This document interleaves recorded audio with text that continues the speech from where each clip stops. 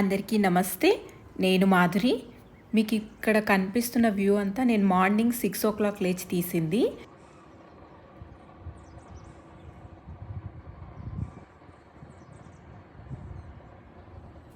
మేమందరం టెర్రస్ పైన పడుకున్నాము. చాలా రోజుల తర్వాత ఇట్లా టెర్రస్ పైన పడుకుంటే నా చిన్నగున్నప్పుడు జ్ఞాపకాలు గుర్తొచ్చినాయి.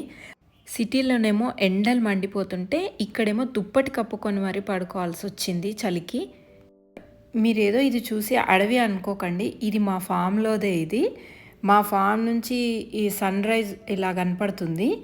అసలు పొద్దున్నే సూర్యుడిని మొక్కుకునే అలవాటుంది నాకు. అసలు మొక్కుకుందామని చూస్తే ఇంత బ్యూటిఫుల్ వ్యూని నేను తీయకుండా ఉండలేకపోయాను. ఈ ఫామ్ ఇట్లా ఉండడానికి 14 సంవత్సరాల కృషి ఉంది దీని వెనకాల. ఎక్కడికి వెళ్ళకుండా ఫామ్ దగ్గరనే ఇంత బ్యూటిఫుల్ నేచర్‌ని ఎంజాయ్ చేయడం అనేది నేను చాలా అదృష్టంగా భావిస్తున్నాను.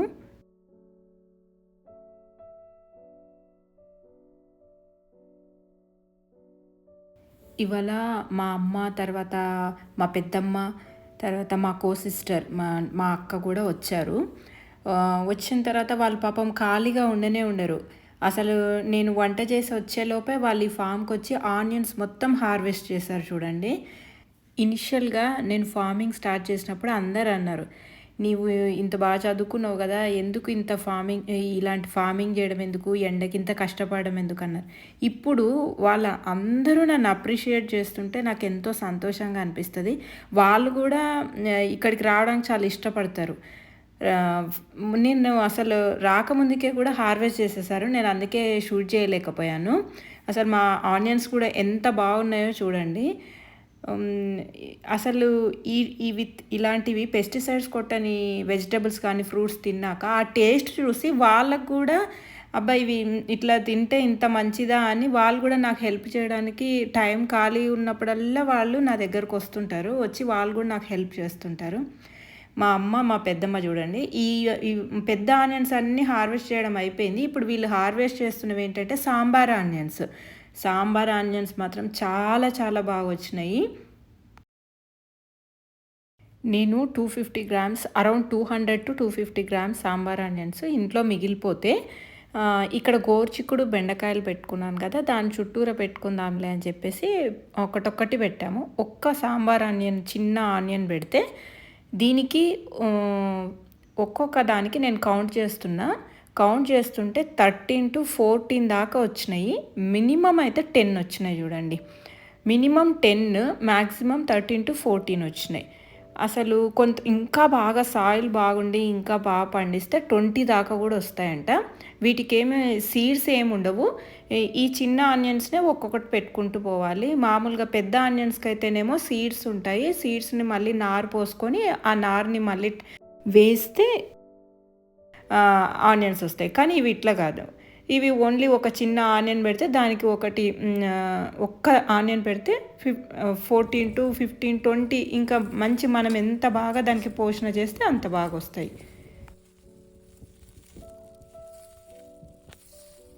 మా అమ్మకి నేను చెప్తున్నాననమాట. ఒక్క ఆనియన్ పెడితే ఇన్నొచ్చినాయి అంటే, మా అమ్మ కూడా ఆశ్చర్యపోయింది. ఒక్క ఆనియన్‌కి ఇన్నొస్తాయా అని అడుగుతుంది.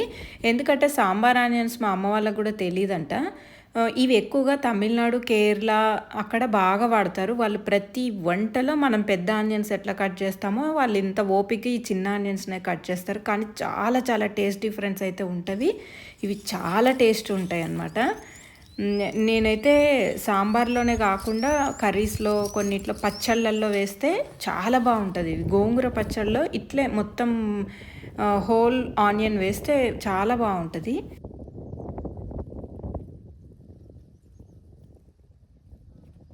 మా పెద్దమ్మ 73+ చూడండి.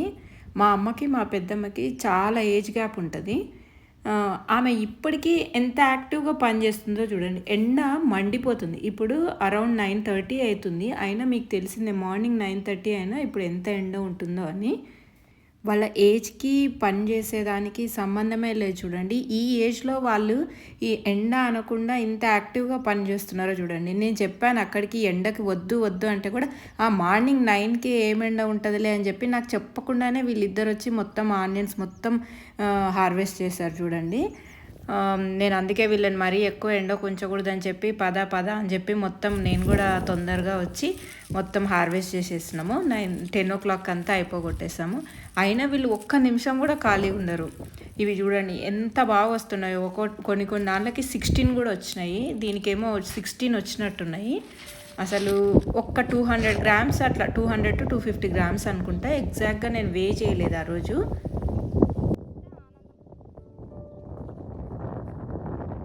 ఒక్క 250 గ్రామ్స్కి 2.5 kgs వచ్చింది అనుకుంటా. నేను ఒక 2-3 days అయిన తర్వాత వే చేసిన. అప్పుడు పచ్చి ఉన్నప్పుడేమో కొంచెం వెయిట్ ఎక్కువ ఉంటాయి, తర్వాత కొద్దిగా డ్రై అయిన తర్వాత వెయిట్ తగ్గుతాయి.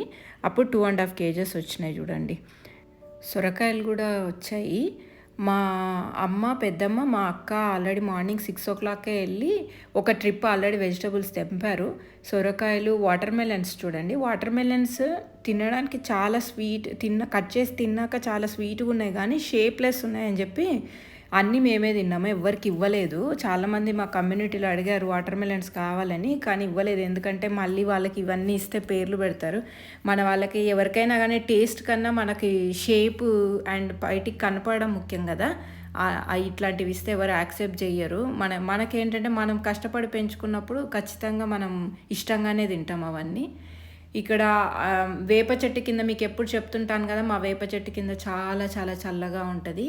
ఇంకా వాళ్ళు ఇక్కడ మళ్ళీ ఆనియన్స్ అన్నీ హార్వెస్ట్ చేసిన తర్వాత పైన ఆకులన్నీ, ఉల్లాకులన్నీ కట్ చేయాల్సి ఉంటుంది కదా.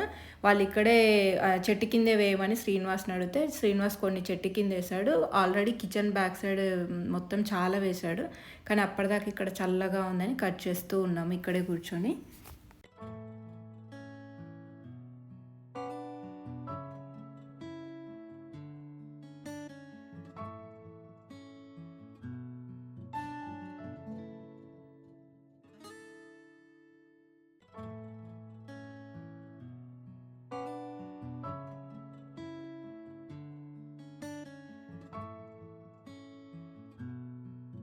సిటీలో బాగా ఎండలు ఉన్నాయి కదా, అందుకోసమనే ఇక్కడ చల్లగా ఉంటుంది, కొంచెం టెంపరేచర్స్ తక్కువ ఉంటాయి. ఎందుకంటే మాది కూడా పెంకులతో కట్టాం కదా ఇల్లు, మాకు డిఫరెన్స్ అయితే తెలుస్తుంది. పెంకులతో కట్టిన ఇంట్లో కొంచెం టెంపరేచర్ అనేది మరీ ఎక్కువ కాదు, కానీ బయటతో కంపేర్ చేస్తే 2 to 3 degrees అనేది కొంచెం తక్కువే అనిపిస్తుంది ఇంట్లో. అండ్ మోరోవర్ ఇక్కడ మొత్తం చల్లగాలి ఉంటుంది కాబట్టి చెట్లు తర్వాత ఇవన్నీ ఉండడం వల్ల బాగా చల్లగా అనిపిస్తుంది. అందుకే ఇక్కడికి వచ్చారు. ఇందాక సాంబార్ ఆనియన్స్ అన్నీ కట్ చేసాము, ఇవి పెద్ద ఆనియన్స్ ఇప్పుడు కట్ చేస్తున్నాము. మొత్తం మేము ఇంతమంది చుట్టాలు ఉన్నాం కదా అందరము, మేము ఒక్క ఆనియన్ కానీ, టొమాటో కానీ, పచ్చిమిర్చి కానీ, ఫ్రూట్స్, వాటర్ మెలన్ ఇక్కడ నుంచే వచ్చినాయి కదా, ఇంతమందికి కావాల్సిన ఫ్రూట్స్, తర్వాత కరివేపాకు, కొన్ని గోంగూర, ఇలాంటివన్నీ మా ఫామ్ నుంచే ఎప్పుడు కావాలిస్తే అప్పుడు కట్ చేసుకున్నాం, తిన్నాం. వాళ్ళు ఎంత హ్యాపీ ఫీల్ అయిందంటే అసలు అప్పటికప్పుడు ఇట్లా కట్ చేసుకోవడము, వంట చేసుకోవడం అనేది ఎంత హ్యాపీగా ఉంటుందో మీకు అందరికి తెలిసిందే. అంతమందికి అన్ని ఆనియన్స్ వాడిన తర్వాత నేను మళ్ళీ హైదరాబాద్కి వెళ్ళేటప్పుడు వే చేస్తే 50 kgs వచ్చింది చూడండి. అంతమందికి అన్ని వంటలు చేసుకున్నప్పుడు ఆల్మోస్ట్ ఒక 5 kgs దాకా అయితే ఈజీగా వెళ్ళిపోయింటాయి. నేను జస్ట్ ఊరికే 5 kgs అనుకుంటున్నా. 3 days ఉన్నాం మొత్తం ఇక్కడ. అన్నీ అయిపోగా కూడా 50 kgs దాకా వచ్చాయి. నేనైతే చాలా హ్యాపీగా ఫీల్ అయినా ఇన్ని ఆనియన్స్ వచ్చినందుకు. నాకు 1 yearకి సరిపడా ఆనియన్స్ అయితే వచ్చేసినాయి.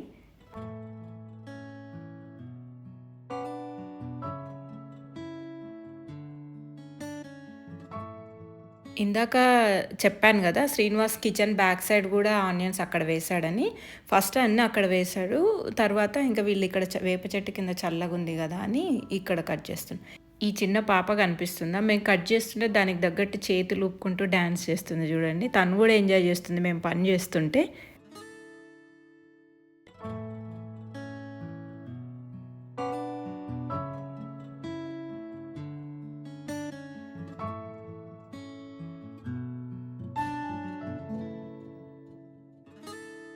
ఆనియన్ సైజ్ చూడండి ఎంత బాగా వచ్చినాయో.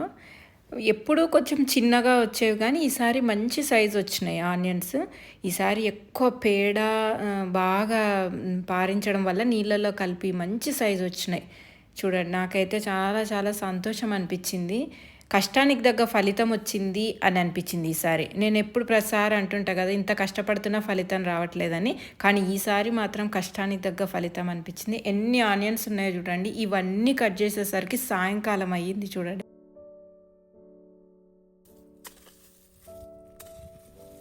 ఇక్కడ ఏంటి నేను గుంత తీస్తున్నాను అనుకుంటున్నారా? అందరూ ఎండలు బాగున్నాయి కదా! వాటర్ మిలన్స్ బాగా కట్ చేసుకొని తిన్నారు.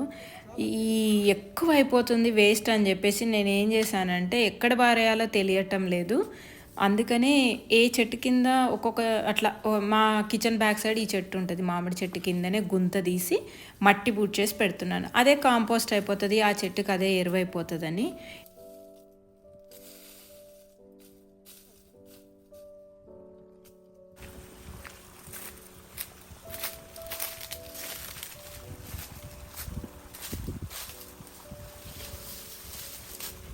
ఇల్లు కట్టినప్పుడు కొద్దిగా సిమెంట్ వాడాం కదా మేము. సిమెంట్ వాడిన తర్వాత బ్యాగ్స్‌నైతే అస్సలు హ్మ్, ఎక్కడ పడితే అక్కడ వాడేశారు. కాల్చేస్తామంటే నేను ఒప్పుకోలేదు ప్లాస్టిక్‌ని కాల్చొద్దని.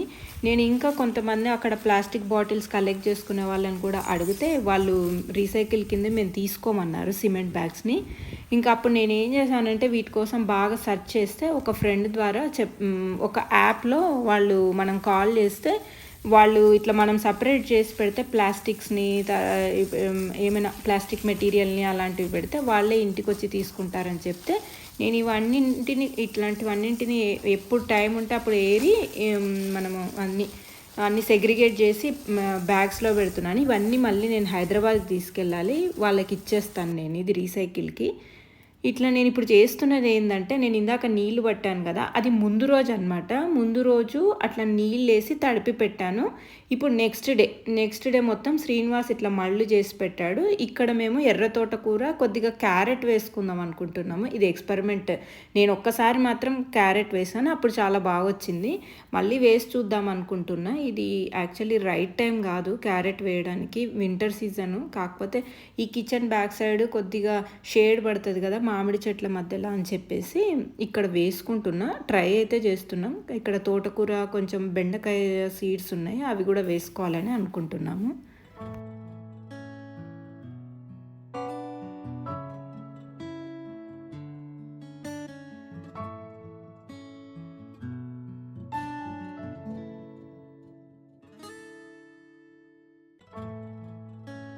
ఇంతకుముందు కమెంట్స్‌లో నన్నడిగారు సీడ్ ట్రీట్మెంట్ చెయ్యరా మీరు అని.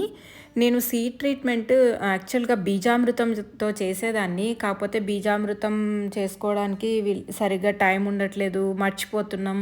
ఇవన్నీ ఎందుకని చెప్పి నేనెప్పుడు సీడ్ ట్రీట్మెంట్ బూడిదతో చేయడం అలవాటు చేసుకున్నా. ఇంకా ఎండబెడితే ఇంకా చాలా బావుంటది సీడ్స్‌ని. కాకపోతే ఇంకా ఈరోజు ఎండబెట్టలేదు. ఎందుకంటే ఈ సీడ్స్ మేము బయట కొన్నవి కాదు. అంతకన్నా ముందు మేము వేసుకొని ఉంటాం గదా! తోటకూర, బెండకాయలు. బెండకాయలయితేనేమో బెండకాయ సీడ్స్ మా అమ్మ తీసుకొచ్చింది. ఆ బెండకాయ సీడ్స్ దేశీ బెండకాయ సీడ్స్ అంట. నూగు బెండకాయ అని అంటారంట. పైన ముల్లులుంటాయంట ఆ బెండకాయకి. ఆ బెండకాయ ఎక్కడో మా అమ్మకు ఎవరో సీడ్ ఇస్తే వేసుకుంటే మళ్ళీ ఆ సీడ్స్‌ని ఆమె తను తీసిపెట్టి నాకిచ్చింది. అలాంటివి వేసుకుందాం అనుకుంటున్నా. ఆల్రెడీ బాగా మేమే ఎండబెట్టినవే కాబట్టి అందుకనే ఎండబెట్టట్లేదు ఇవాళ. అట్లాగే వేసేసుకుంటున్నాము.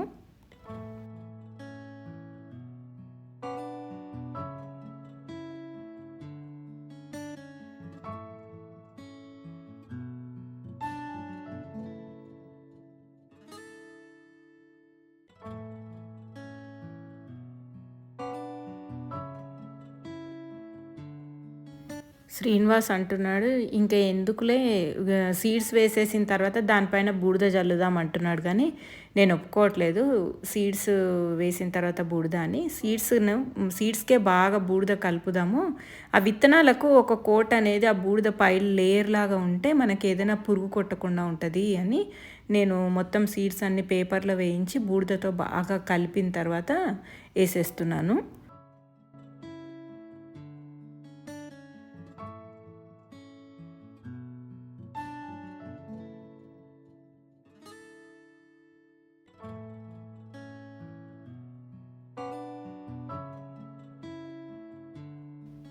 మా అమ్మ టెర్రస్ గార్డెనింగ్ చేస్తది.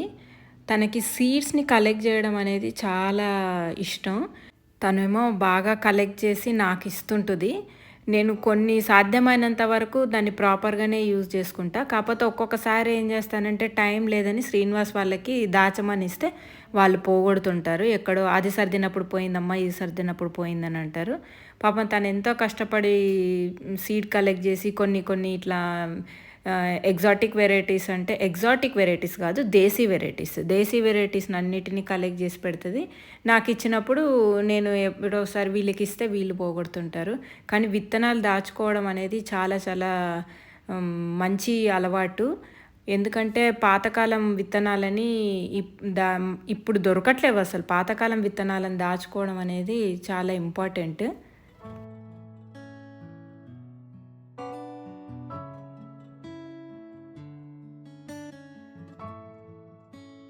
ఇప్పుడు మేము నూగు బెండకాయ అని అవి వేసుకుంటున్నాము.